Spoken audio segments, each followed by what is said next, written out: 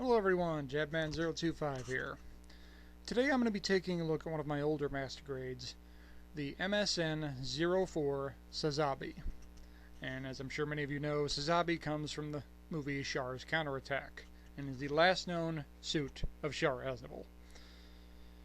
Now the first thing you're going to notice about this kit is the size. This is a huge master grade. This master grade stands at just under 10 inches tall and dwarfs pretty much every other master grade ever made. Now, we're going to start off with the bad news. Bad news on this kit, from a builder's perspective, is there's a lot of bad nubs on this kit. You can see some on the backpack there, on the back of the leg, on the feet, on the weapons. This is a fairly old kit, so it tends to have a lot of bad nubs, and you got a lot of cleaning up to do, and unfortunately some of the nubs are just so bad you can't hide them. They stick out like a sore thumb, and that can be a little frustrating on this kit. In terms of posability, you get an alright bend out of the arm, nothing great. Shoulders, you get a good bend out of. The legs, you get basically no bend, but you're never going to bend them anyway because this is too huge for an action base, and you're going to need those legs firmly planted on the ground at all times for balance. The fingers are all individually articulated, all can bend. The thumb is obviously standard, but that's normal. You get these thrusters on each shoulder, which are supposed to be posable. Unfortunately, it's a case of this slowly going back down, so most of the time they're going to be resting on the arm itself. The head you really get a lot of posability out of. It's an upside. There is no clear piece between the outside and the mono eye. So if you want to move it, all you gotta do is move the faceplate down, get a pair of tweezers or something, and then move the mono eye from left to right as you see fit. Another problem this kit has is the arm tends to fall off a lot. There's not a whole lot holding it on, so every once in a while it'll fall off, but not very often, so it's not a huge problem. In terms of the 6 funnels you get, all are removable, all can be opened up into flight mode. There's no real way to pose them, but it's nice that you can do that.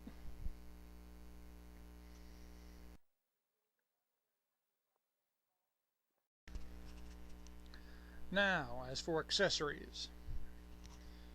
First off, you get this beam rifle, very large, as is everything on this kit. And on the handle of the beam rifle, you get a peg that slides into the Sazabi's hand. Up next is the shield, by far the biggest shield of any master grade. It's almost as big as the Sazabi itself. And in the back of said shield is the beam-axe. Beam-axe has the exact same plug on the handle, which plugs right into the hand of the Sazabi. Now for the beam-axe you get 2 attachments. First is a clear green axe blade. Next is the beam saber blade, very, very large.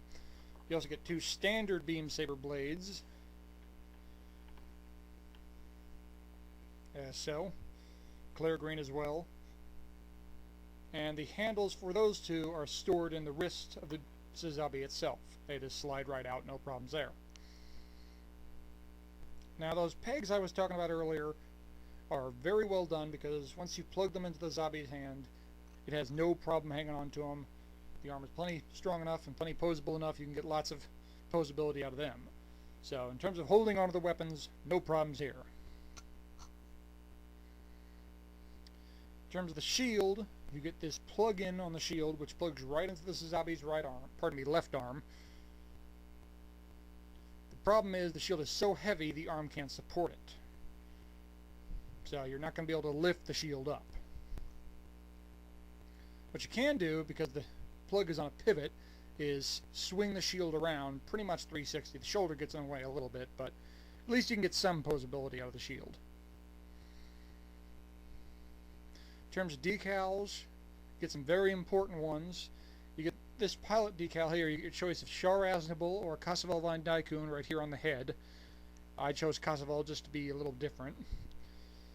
And you get a bunch of other very important decals. You get the symbol here on the skirt armor, the Neo Xeon symbol on the shield, and the funnel decal. Those are all dry transfer decals, so you have to be very careful to get those right, because these are decals that the kit will just not look right if the decal isn't on there.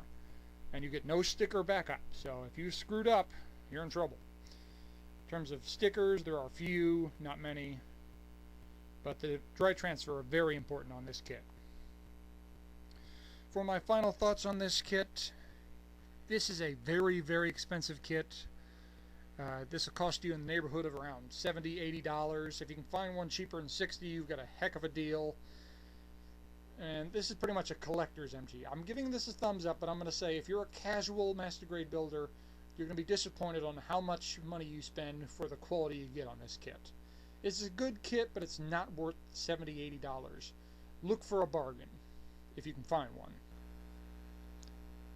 Well, thank you for watching. I hope you enjoyed this review. Hope you found it informative. Stay tuned for more. Currently working on another Master Grade. I'll put up the review soon. Please leave a comment. I do love reading them, and I'll see you next time. Oh, and one more thing.